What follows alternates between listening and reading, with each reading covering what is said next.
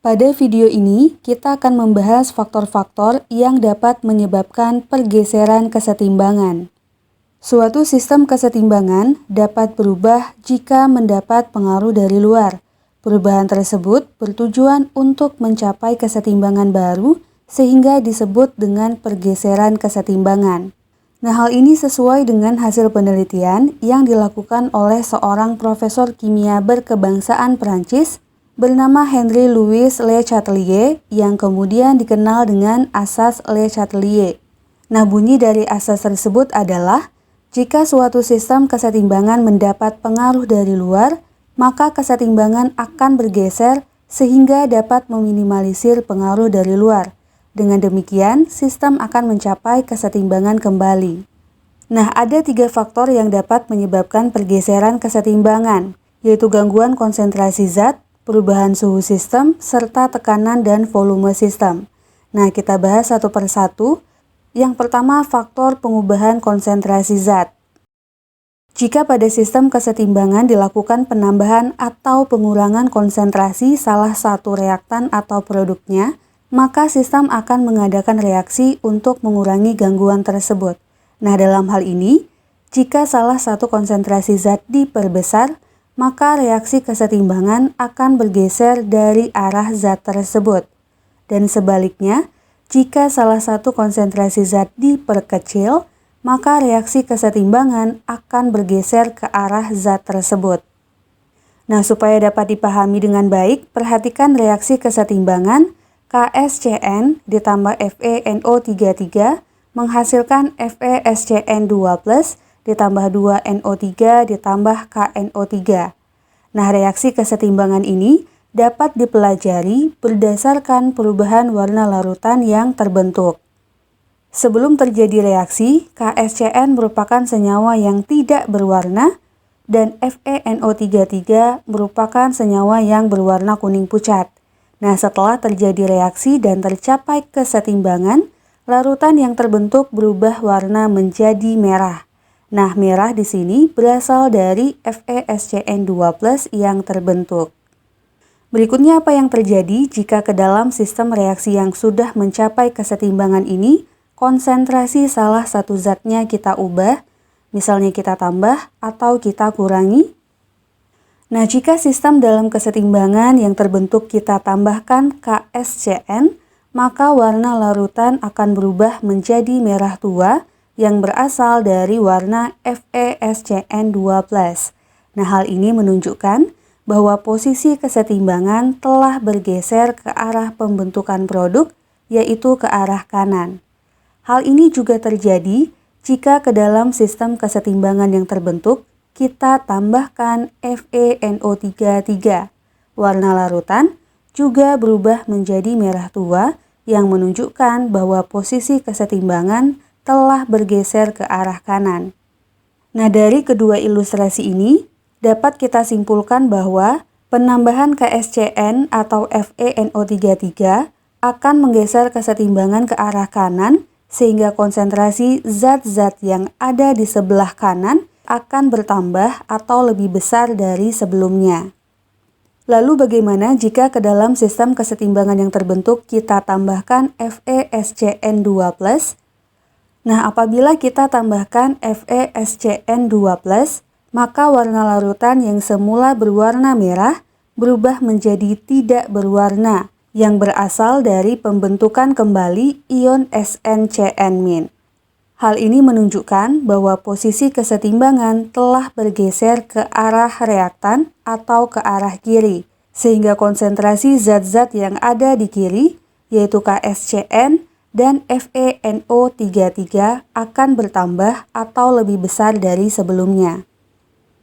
Nah, kita lanjut ke faktor yang kedua, yaitu faktor perubahan suhu sistem. Jika sistem kesetimbangan diubah suhunya, maka sistem akan bereaksi dengan cara yang berbeda dengan gangguan konsentrasi. Dalam hal ini, reaksi terhadap gangguan suhu sangat bergantung pada sifat-sifat termokimia dari spesies yang terdapat dalam sistem kesetimbangan. Nah, kita ingat kembali, pada bab termokimia kita mengenal dua jenis reaksi, yaitu reaksi eksoterm dan reaksi endoterm. Dalam hal ini, pada suatu reaksi kesetimbangan, jika nilai delta H-nya positif, maka reaksi ke arah produk bersifat endoterm dan reaksi ke arah reaktan bersifat eksoterm. Contohnya adalah reaksi CuSO4 5H2O menjadi CuSO4 ditambah 5H2O, delta H-nya bernilai positif 1508 kJ per mol. Nah, maka reaksi ke arah produk atau reaksi ke arah kanan bersifat endoterm dan reaksi ke arah kiri atau ke arah reaktan bersifat eksoterm. Kemudian sebaliknya, jika delta H bernilai negatif, maka reaksi ke arah produk atau ke kanan bersifat eksoterm dan reaksi ke arah reaktan atau ke arah kiri bersifat endoterm. Contohnya, untuk reaksi N2 ditambah 3H2 menghasilkan 2NH3, nilai delta H-nya minus 366,1 kJ. Nah, maka reaksi ke arah produk atau reaksi ke arah kanan bersifat eksoterm dan reaksi ke arah kiri atau ke arah reaktan bersifat endoterm. Nah, menurut Le Chatelier, jika reaksi kesetimbangan diubah suhunya, maka sistem akan melakukan tindakan dengan cara meminimalkan pengaruh suhu tersebut. Dalam hal ini, jika suhu sistem dinaikkan, maka kesetimbangan akan bergeser ke arah reaksi endoterm. Dan jika suhu sistem diturunkan, maka kesetimbangan akan bergeser ke arah reaksi eksoterm. Supaya lebih paham, perhatikan contoh reaksi CuSO4 5H2O menjadi CuSO4 ditambah 5H2O dengan nilai delta H sama dengan positif 1508 kJ mol pangkat min 1. Seperti yang kita bahas sebelumnya, untuk reaksi yang delta H-nya bernilai positif, reaksi ke arah kanan atau ke arah produk bersifat endoterm dan reaksi ke arah kiri atau ke arah reaktan bersifat eksoterm.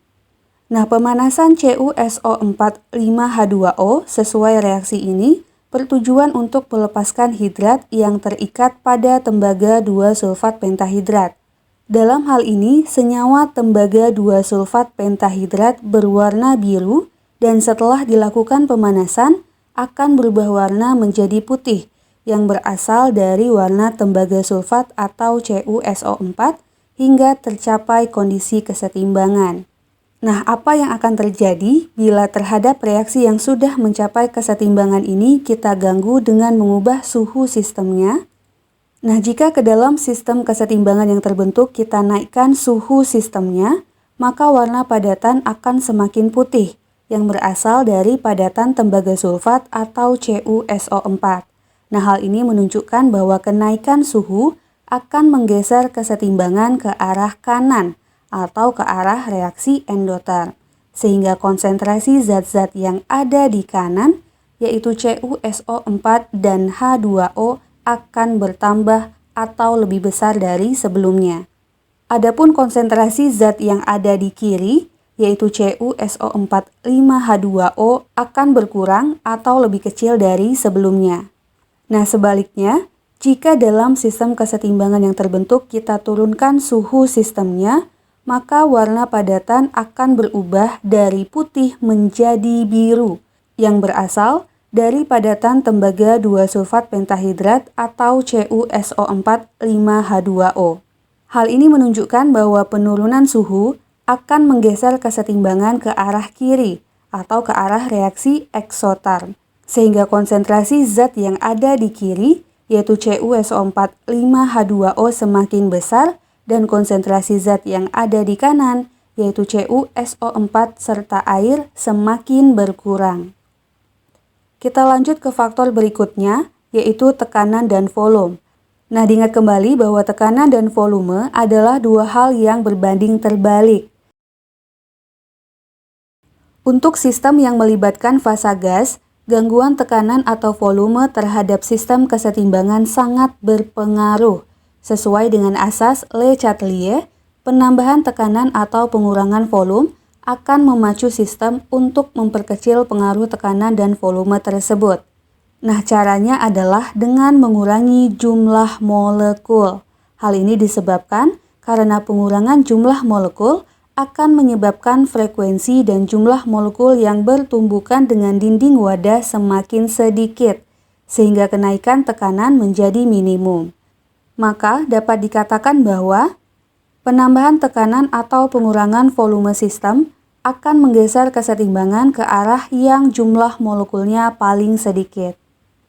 Nah, berikutnya karena perbandingan jumlah mol sama dengan perbandingan koefisien, maka dapat dikatakan bahwa penambahan tekanan atau pengurangan volume sistem akan menggeser kesetimbangan ke arah yang total koefisien reaksinya paling kecil.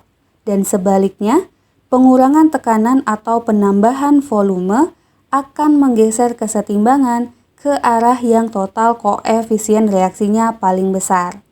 Supaya dapat dipahami dengan baik, mari kita perhatikan reaksi N2 ditambah 3H2 menghasilkan 2NH3 dalam wadah tertutup berikut ini. Reaktannya adalah N2 yang berkoefisien 1 dan H2 yang berkoefisien 3, sehingga total koefisien kirinya adalah 4. Untuk produknya adalah NH3 dengan koefisien 2, sehingga total koefisien kanannya adalah 2. Berikut ini adalah ilustrasi jumlah zat-zat yang terlibat ketika sistem sudah mencapai kesetimbangan. Nah, apa yang terjadi jika sistem kesetimbangan ini kita tekan? Apabila sistem ini kita tekan, artinya kita memperbesar tekanan sistem atau memperkecil volume. Nah, berdasarkan apa yang sudah kita bahas, apabila tekanan sistemnya kita perbesar, maka kesetimbangan akan bergeser ke arah yang total koefisiennya lebih kecil, yaitu bergeser ke arah kanan. Hal ini kemudian menyebabkan konsentrasi zat-zat yang ada di kiri, yaitu N2 dan H2 menjadi berkurang, yang dalam ilustrasi ini dapat dilihat bahwa gambar molekul N2 dan H2-nya lebih sedikit dari sebelumnya. Untuk H2, awalnya gambar molekulnya adalah 6, 1, 2, 3, 4, 5, dan 6.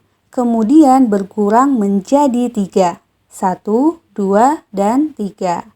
Untuk N2, awalnya gambar molekulnya ada 2, yaitu 1 dan 2, kemudian berkurang menjadi 1.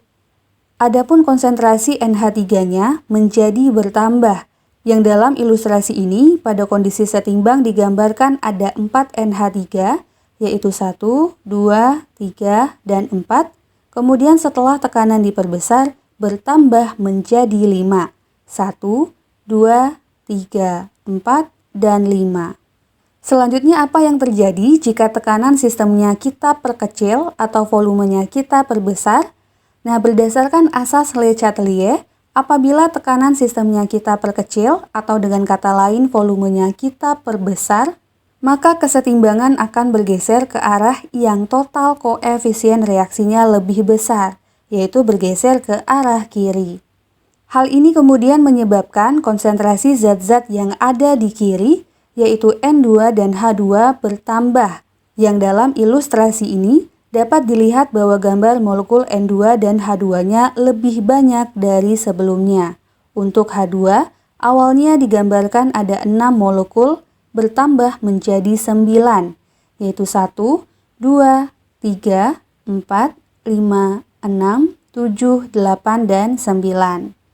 Untuk N2, awalnya gambar molekulnya ada 2, bertambah menjadi 3, 1, 2, dan 3. Adapun untuk konsentrasi NH3-nya menjadi berkurang, yang dalam ilustrasi ini pada kondisi kesetimbangan terdapat 4 NH3 dan setelah tekanan diperkecil berkurang menjadi 2, yaitu 1 dan 2. Nah, pertanyaannya, bagaimana jika total koefisien reaksi, reaktan, dan produknya sama? Ke arah manakah kesetimbangan bergeser jika tekanan dan volume sistemnya diubah? Contohnya adalah reaksi H2 ditambah I2 menghasilkan 2HI. Reaktannya adalah H2 dan I2 yang koefisiennya masing-masing 1, sehingga total koefisien kirinya adalah 2. Adapun produknya adalah HI dengan koefisien 2, sehingga total koefisien kanannya adalah 2. Nah, apabila total koefisien kanan dan kirinya sama seperti ini, maka artinya perubahan tekanan atau volume sistem tidak akan berpengaruh terhadap sistem kesetimbangan, sehingga komposisi dari masing-masing komponen sistem kesetimbangan tidak mengalami perubahan. Pertanyaan berikutnya, bagaimana jika ke dalam sistem reaksi yang berada dalam kesetimbangan ditambahkan gas inert? Apakah sistem kesetimbangan terganggu? Nah, contoh dari gas inert adalah helium, neon, argon, dan gas-gas golongan 8A yang lainnya. Dalam hal ini, penambahan gas inert ke dalam sistem kesetimbangan tidak akan mempengaruhi keadaan. Hal ini disebabkan karena gas inert tidak bereaksi dengan komponen gas yang terdapat dalam sistem kesetimbangan, sehingga komposisi dari masing-masing komponen sistem kesetimbangan tidak mengalami perubahan. Nah, supaya lebih paham, kita coba masuk ke contoh-contoh soal. Soal yang pertama, suatu reaksi kesetimbangan 2CO ditambah O2 menghasilkan 2CO2 dengan data delta H minus X kilojoule per mol. Agar kesetimbangan bergeser ke kanan, hal-hal di bawah ini perlu diperhatikan kecuali. Nah, kita perhatikan opsinya satu per satu. Untuk opsi A, pada suhu tetap konsentrasi gas CO ditambah. Nah, apabila konsentrasi suatu zat ditambah, kesetimbangan akan bergeser dari arah zat yang ditambah. Maka, apabila konsentrasi gas CO ditambah, kesetimbangan akan bergeser dari arah CO ke arah kanan. Berikutnya untuk opsi B, pada suhu tetap, tekanan sistem diturunkan. Nah, jika tekanan sistem diturunkan, maka kesetimbangan akan bergeser ke arah yang total koefisiennya besar. Untuk reaksi pada soal ini, total koefisien kirinya adalah koefisien CO ditambah koefisien O2. Jadi 2 ditambah 1 sama dengan 3. Untuk total koefisien kanannya diambil dari koefisien CO2, yaitu 2. Nah, maka jika tekanan sistemnya kita turunkan, kesetimbangan akan bergeser ke arah kiri. Nah, maka jawaban untuk soal ini adalah opsi yang B. Kita lanjut ke soal yang kedua. Dari reaksi kesetimbangan berikut, bila volume sistem diubah, maka yang tidak mengalami pergeseran kesetimbangan adalah. Nah, berdasarkan apa yang kita bahas sebelumnya, perubahan tekanan dan volume tidak akan menggeser kesetimbangan apabila total koefisien kanan dan kirinya sama. Artinya, untuk soal ini kita cari reaksi yang koefisien kanan dan kirinya sama. Nah, untuk opsi A, total koefisien kirinya adalah koefisien SO2 ditambah koefisien O2. Jadi 2 ditambah 1 sama dengan 3. Untuk koefisien kanannya adalah 2, sehingga bukan jawaban yang tepat. Untuk opsi B, total koefisien kirinya adalah koefisien N2 dan koefisien H2. Jadi 1 ditambah 3 sama dengan 4. Adapun koefisien kanannya diambil dari koefisien NH3 yaitu 2, sehingga juga bukan merupakan jawaban yang tepat. Untuk opsi C, total koefisien kirinya adalah koefisien H2 ditambah koefisien Cl2, yaitu 1 ditambah 1 sama dengan 2. Nah, koefisien kanannya diambil dari koefisien HCl, yaitu 2. Artinya, total koefisien kanan dan kiri untuk opsi C adalah sama, sehingga jawaban untuk soal ini adalah opsi yang C. Kita lanjut ke soal yang ketiga. Reaksi kesetimbangan hidrolisis ester sebagai berikut. C2H5COOCH3 ditambah H2O menghasilkan CH3OH ditambah CH3COOH. Hal berikut ini memenuhi kaidah pergeseran kesetimbangan kecuali untuk opsi yang A, penambahan CH3OH dapat menambah C2H5COOCH3. Nah, penambahan CH3OH akan menggeser kesetimbangan dari arah CH3OH ke arah kiri, sehingga konsentrasi zat-zat yang ada di kiri, yaitu C2H5COOCH3 dan H2O menjadi bertambah. Jadi pernyataan yang ada di opsi A ini adalah pernyataan yang benar. Untuk opsi B, pengambilan CH3OH dapat menambah CH3COOH. Nah, pengambilan CH3OH sama artinya dengan kita memperkecil konsentrasi CH3OH. Dan sesuai yang kita bahas sebelumnya, apabila konsentrasinya diperkecil, maka kesetimbangan akan bergeser ke arah CH3OH, yaitu ke arah kanan, sehingga konsentrasi CH3OH dan CH3COOH akan bertambah. Jadi pernyataan untuk opsi B juga benar. Untuk opsi C, pengambilan C2H5COOCH3 dapat menambah CH3OH. Nah, ini seperti opsi yang B, pengambilan C2H5COOCH3 berarti kita memperkecil konsentrasi C2H5COOCH3. Dan apabila konsentrasi diperkecil, maka kesetimbangan bergeser ke arah C2H5COOCH3, yaitu bergeser ke arah kiri. Sehingga konsentrasi zat-zat yang ada di kiri, yaitu C2H5COOCH3 dan H2O bertambah, dan konsentrasi CH3OH-nya berkurang. Nah, ini tidak sesuai dengan opsi C, sehingga jawaban untuk soal ini adalah opsi C.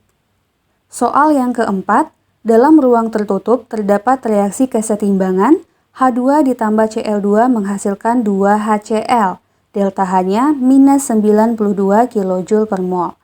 Jika suhu dinaikkan, maka kesetimbangan akan bergeser ke arah. Untuk reaksi ini, karena delta H-nya bernilai negatif, maka reaksi ke arah kanan adalah reaksi yang bersifat eksoterm dan reaksi ke arah kiri bersifat endoterm. Nah, apabila suhu dinaikkan, kesetimbangan bergeser ke arah reaksi endoterm. Maka untuk soal ini, ketika suhu dinaikkan, reaksi akan bergeser ke arah kiri. Jadi kemungkinan jawabannya adalah opsi A, B, dan C. Kemudian pergeseran kesetimbangan dihubungkan dengan nilai K. Kita ingat kembali bahwa rumus Kc adalah hasil kali konsentrasi produk dibagi hasil kali konsentrasi reaktan yang masing-masing dipangkatkan koefisiennya. Nah, artinya nilai K akan bertambah jika kesetimbangan bergeser ke kanan dan akan berkurang jika bergeser ke arah kiri. Nah, untuk soal ini, karena kesetimbangan bergeser ke arah kiri, maka nilai K-nya akan berkurang. Jadi jawaban untuk soal ini adalah opsi yang B. Soal yang terakhir, agar dapat diperoleh gas HBr sebanyak-banyaknya sesuai reaksi H2 ditambah Br2 menghasilkan 2 HBr dengan delta H positif 25 kJ per mol, dapat ditempuh dengan cara. Nah, pada reaksi yang ada, HBr berperan sebagai produk atau berada di ruas kanan, sehingga untuk memperoleh gas HBr sebanyak-banyaknya, maka kesetimbangan harus bergeser ke arah kanan.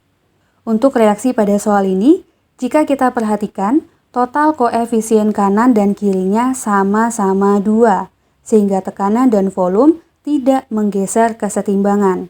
Nah, maka opsi A dan B jelas tidak tepat. Untuk suhu, karena delta H reaksinya bernilai positif, maka reaksi ke arah kanan bersifat endoterm. Dan sesuai dengan yang kita pelajari, suatu reaksi kesetimbangan akan bergeser ke arah endoterm jika suhunya dinaikkan. Nah, maka jawaban untuk soal terakhir ini adalah opsi C.